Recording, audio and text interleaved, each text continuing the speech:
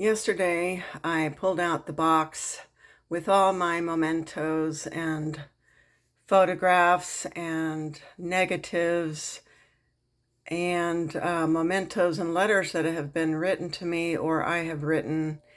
And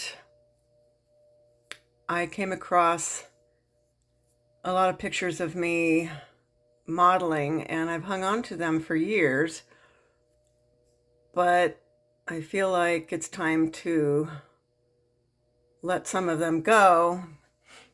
This actually is a canvas portrait that my mother took, so it has sentimental value to me. It's actually mounted on canvas, and it's got this very cool, like painterly texture. She gave it to me when she closed her photo studio, and so I've had it on my wall, but it's like behind my closet door, so I don't really see it. I just didn't know. I just felt funny about putting it out in, say, my living room. So what do I do with something like that? I just don't know. It's really tough to decide.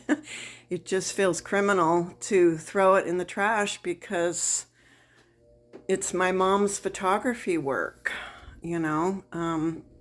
She was a wonderful female photographer for decades, and I was her model and her muse.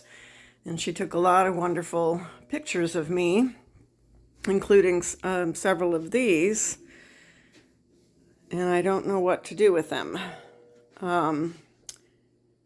She took a lot of pictures of me when I was a kid, and then when I wanted to get into modeling, and then all these wonderful pictures of me as a kid. So I took pictures of these images, and I also found a scanning software that will scan images as well as slides. So I spent a good chunk of the day yesterday doing that. This is the pile of stuff that I'm going through trying to decide whether or not to keep it. It's, it's letters and articles and things like that, pictures, it's tough to decide what to do with that stuff, but I've been lugging it around for decades and decades, and it's probably time to really downsize. I even came across this letter that I wrote my mommy, where I am apologizing to her for eating her C's candy. So there's a story behind this, in that when I was about 12 years old, I found a huge box of C's candy behind, or I think my mom had it hiding under her bed.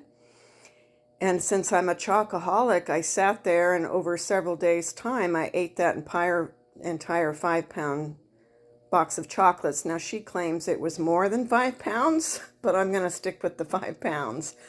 And so I write this apology letter to her, and I guess as a joke, I smeared chocolate all over the letter. And I still can't live this down. My family still teases me about eating all that chocolate.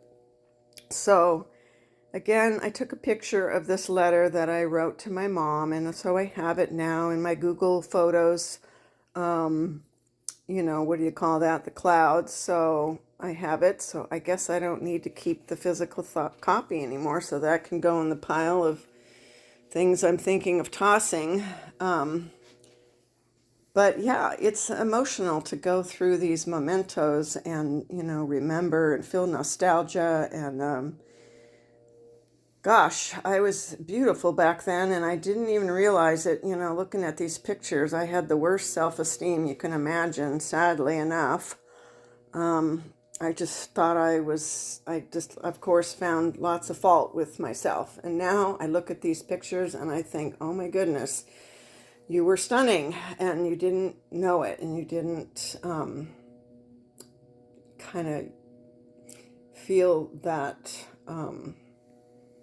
self-esteem, I guess you could say, So it's a bit emotional to look back on these and remember that. I also found a bunch of letters I wrote, so I'm going to go through those and also figure out what to keep.